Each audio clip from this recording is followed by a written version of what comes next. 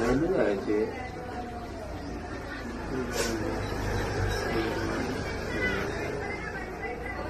उठाड़ी वाला सब हो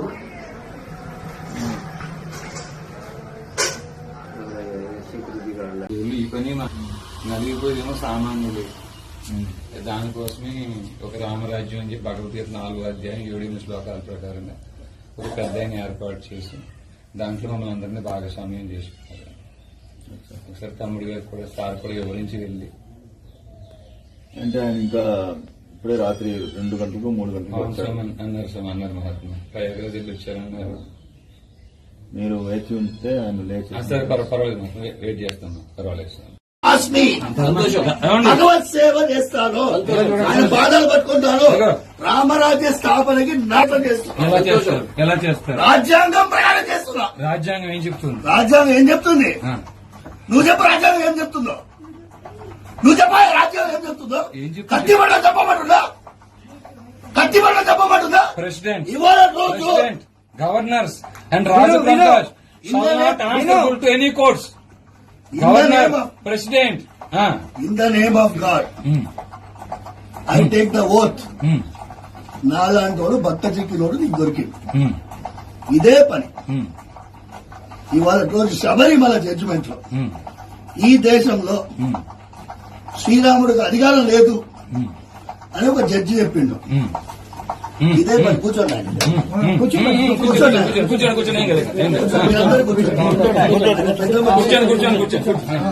ఆయన పెద్ద మనిషి.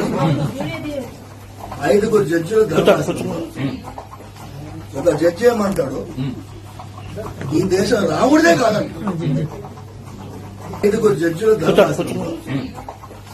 ఒక జడ్జి ఏమంటాడు, ఈ దేశం రాముడిదే కాదంట. ఓకేనా? మనం ఈ దేశంలో రాజ్యాంగం ప్రకారం జీవించాలి. అన్నా కదా? మనం సర్కార్ తనసే జుదా కర్తయ్యి అంతే. మనం బక్కోలు మనం తీసుకొని పోయి లోపలేస్తాం. మన వెనకాల సైన్యం ఉందా? లేదు. నేనేం చేస్తున్నా, 2 గుణాన్ని తయారు చేసే ప్రయత్నం చేస్తున్నా. సోది చెప్తున్నా. ఒకటి ఆంజనేయ స్వామి గుణం, దేనికి తెగించకుండా ఉండేది. మాట్లాడమండి. రెండోది అర్జునుడి గుణం, గురువు గారు చెప్పినట్టు ప్రవర్తించడం. ఈ 2 నేను చేస్తాను. ఈ ప్రయత్నం నాది. దీని మీరందరూ తోడొస్తున్నారు. ఆ రోజు ఆయన వచ్చిన 2 సమయాల్లో కూడా ఆయన వచ్చిన పరిస్థితి వేరే ఉంది. ఓకేనా? నేను స్వామివారి ఆరాధన చేయడం 8 అవుతుందా, అభిషేకం చేయాలి. నేనేమన్నా 3 గంటలకు వచ్చినాను. ఆయన నిన్న మొన్న మొత్తం నడక. సార్ చెప్పేది మేము వచ్చాం కదా, విన్నారు. నువ్వు నన్ను చెప్పినావు. జడ్జిమెంట్ గురించి చెప్పారు. జడ్జిమెంట్ గురించి చెప్పారు. జడ్జిమెంట్ అయిన తర్వాత ఏం చేస్తారు చెప్పండి. ఇది మనం రాజ్యాంగం ప్రకారం నడుస్తున్నాం. సుప్రీంకోర్టులో ఇంప్లీట్ పిటిషన్ వేసాం. శ్రీరాముడికి అధికారం లేకుండా ఏం దేశంలో ఇది? నీకు ఆ బిడ్ పెన్షన్ అన్ని ఇస్తాం. నా దగ్గర ఉన్నాయి సార్, నా దగ్గర ఉన్నాయి. రెండోది ఏం చేస్తామంటే 8 రాజ్యాలు. రాముల వారి రాజ్యంగా పద్మనాభ స్వామి రాజ్యం. ఆ రాజ్యంలో రాముల వారి పాదాలు పెట్టుకొని నెత్తి మీద రాజ్యం వెళ్ళేవారు. వాళ్ళని రాజవంశీకులని వాళ్ళ ద్వారా కోవెనెంట్ సైన్ చేశాం. ఈ దేశంలో రామరాజ్యం ఉంటేనే మనం నడిపించగలమంటే దాని మీద 2వ ఇంప్లీట్ పిటిషన్ వేశాం. ఇవాళ రోజు అది ఫైనల్ స్టేజ్ లో ఉంది. ఓకేనా నాయన? ఇప్పుడు అడిగావు కదా, రాముడు అంటే నెక్కలేదా అని అడిగావు కదా. నీ మనసులో ఉండే భక్తి దాసుని నేను.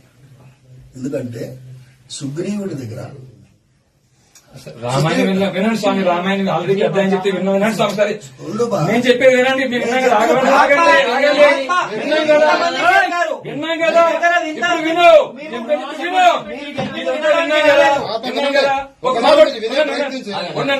ఏం చేశావు వినండి. ఫస్ట్ వినండి. వినటం కూడా నేర్చుకోండి మీరు. ఒక్క నిమిషం చెప్పిన తర్వాత నేను వింటాను. సార్ చెప్పండి. ఒక్కటే నిమిషం. ఆఖరిది ఏంటి అంటే ఇవాళ రోజు విశ్వరూపాన్ని ప్రదర్శించే సమయం వచ్చింది. ఓకేనా? విశ్వరూపం ఎట్లుండాలి? మొన్న విజయవాడ శంఖారావం చేసిండు. ఓకేనా? శంఖారావం చేసిన తర్వాత నా దగ్గరికి వచ్చినారు కొంతమంది మహానుభావులు. వచ్చి ఇవాళ రోజు దేవాలయాల భూములన్నీ ఆక్రమించుకున్నారు. ఒక రెడ్ పెన్షన్ వేద్దాం. రెడ్ పెన్షన్ కి మీరు సాయం చేయాలి. నేను ఆయన నేను ఒక్కడనే ఎన్ని పెన్షన్లు వేయాలి? పెన్షన్లు వేసే జమానా అయిపోయింది. ఒకరోజు ఎండోమెంట్స్ డిపార్ట్మెంట్ ముట్టదిద్దాం అని నేను పిలిపిస్తా. ఎన్ని వందల మంది వస్తారు అని అడిగినా మీరందరూ ఉన్నారు చూసారా, నేను ఒకరోజు ఎండోమెంట్స్ డిపార్ట్మెంట్ వెళ్తాను, ఇట్లనే మీరు రావాలి. ఓకే, మేము వస్తాం. ఓకే, వస్తాం. తప్పకుండా వస్తాం. వినండి, జీ, ఇప్పుడు వినండి. మాకు వినండి. మీరు ఇంత చెప్పారు కదా, విన్నాం కదా. మాకు వినండి, ఇప్పుడు ఆ వినండి. రోజు జీ, వినండి. ఎందుకు అలవాటు చేసుకోండి? ఎందుకు అలవాటు చేసుకోండి? ఎందుకు అలవాటు చేసుకోండి? ఇప్పుడు చెప్పడం కాదు, వింటం కూడా అలవాటు చేసుకోవాలి. చెప్పడానికి వచ్చాం. వినండి జీ. అలవాటు చేసుకో. చెప్పారు టీవీలో రోజు వింటున్నాం. అందరు మాట్లాడతారు, ఒక్క నిమిషం ఆగండి. భూమి అంతా ఇక్ష్వాక వంశీయులని రాముడు అన్నాడని విన్నాం. నిజమేనండి? నిజమా కాదా? ఈ మొత్తం అఖిలాండగోడి బ్రహ్మాండగోడు ఆయన నాయకుడు ఆయన్నే. ఈ మాట అడిగి చెప్పండి. ఈ భూమి అంతా ఇక్ష్వాక వంశీయులని రాముడు అన్నమాట నిజమా అబద్ధమా? అన్నాడు. ఆ ఇక్ష్వాక వంశీయులు ఏ గోత్రాల్లో ఉన్నారు? ఇప్పుడు నాకు అడిగిన చెప్పు. అడగండి. ప్రశ్నకు సమాధానం చెప్పు. నెక్స్ట్ రెండో ప్రశ్న. మీ ఆలయ పరిధిలో క్షాత్రం కలిగిన వారు భగవద్గీత 18వ అధ్యాయం 43వ శ్లోకంలో శౌర్యం తేజో ధృతిర్దాక్షం విద్య చాపే పలాయనం దానమీశ్వర భావచ క్షాత్రం కర్మస్వభావం అనే లక్షణం కలిగిన వారు ఎంతమంది ఉన్నారు? ఏ గోత్రాల్లో ఉన్నారు? ఈ పని ఎవరు చేయాలి? ఎవరు చేయాలి? మీరు చేయాలి. మీరు చేయాలి. ఇక్కడ కూర్చొని ఆలయాలు ఇక్ష్వాక వంశీయులు ఏ గోత్రాల్లో ఉన్నారో నీకు తెలియదు. నీకు చెప్తున్నావు, హైకోర్టు అంటున్నావు, సుప్రీంకోర్టు అంటున్నావు, నీకు తెలియదా? వాళ్ళకున్న ఇమ్యూనిటీ ఆర్టికల్ 124(4) ఎవడైనా ఇప్పటిదాకా ఏ ప్రధానమంత్రి అయినా ఇంపీచ్ చేయగలిగారా? 77 ఐపీసీ 197 సిఆర్పీసీ వాళ్ళ రక్షణ అవుతా తెలియదా మీకు? భగవద్గీత 18వ అధ్యాయంలో 17వ శ్లోకం ఉన్న యస్య నాహంకృతో భావో బుద్ధిరేసి నలిపితే హత్వాపి సహిమాన లోకాన్ని హంతి ప్రయోగించే అవకాశం మాకు లేదా?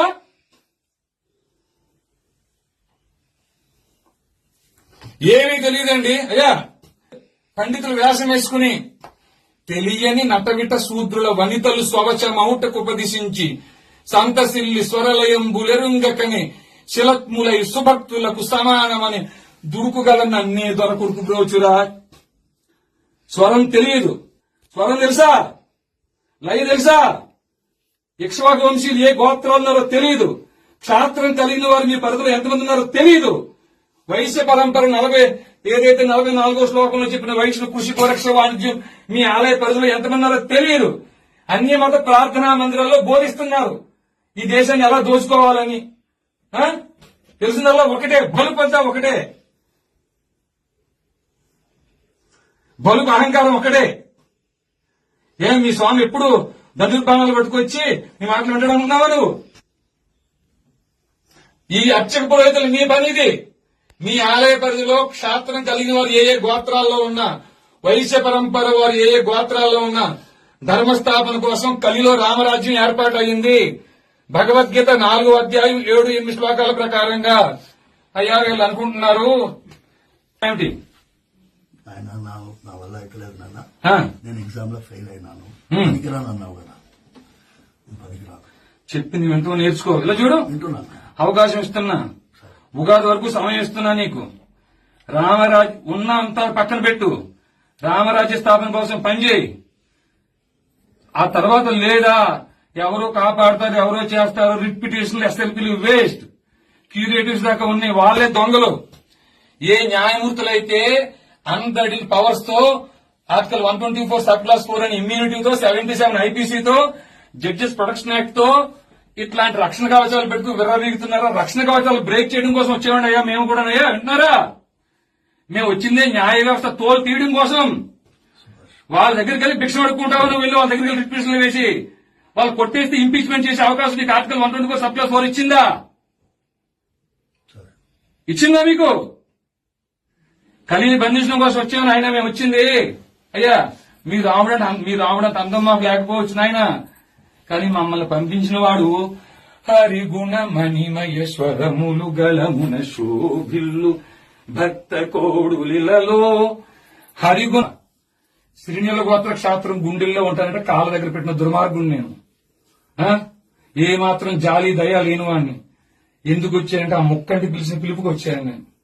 వీళ్ళలో ఒక్కరు కూడా వారి అన్నం కోసం కుటుంబం కోసం రాలే, ధర్మం కోసం ప్రాణం ఇవ్వడం కోసం వచ్చారు. ఆ తల్లి ఇంట్లో చెప్పి వస్తా నేను తిరిగి రాకపోతే మీరు నా కోసం బెంగ పెట్టుకోవద్దు అని చెప్పి వచ్చారు. ఇక్కడ దొంగలు ఎవరు తెలిసాను ఆయన? దొంగలు ఎవరు? మర్డర్లు మానభంగాలు చేసేవాళ్ళు కాదు. వాళ్ళని శిక్షించాల్సిన న్యాయమూర్తులు పనిచేయటం మానేశారు తండ్రి. వింటున్నారా? ఈ న్యాయమూర్తుల మీద 197 సిఆర్పిసి ప్రయోగించాల్సిన కేంద్ర రాష్ట్ర ప్రభుత్వం ఈ పని మానేసినాయి. ధర్మాన్ని బోధించి క్షాత్రం కలిగిన వారిని వెలికి తీసి వాళ్ళని గుర్తించి వారి పోషణ నిమిత్తం సైన్యంగా తయారు చేయించాల్సిన అధ్యయనంతో కూడా అధ్యాపనం చేయాల్సిన మీ పని మీరు మానేశారు. అయ్యా అయినప్పటికీ మా ఇక్ష్వాక వంశీయుల సాంప్రదాయాన్ని అనుసరించి ఒక్క అవకాశం మీకు ఇస్తున్నాం.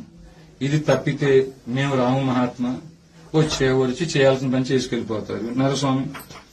మీ పని మీరు చెయ్యమని మరొకసారి మనవి చేసుకుంటున్నాం.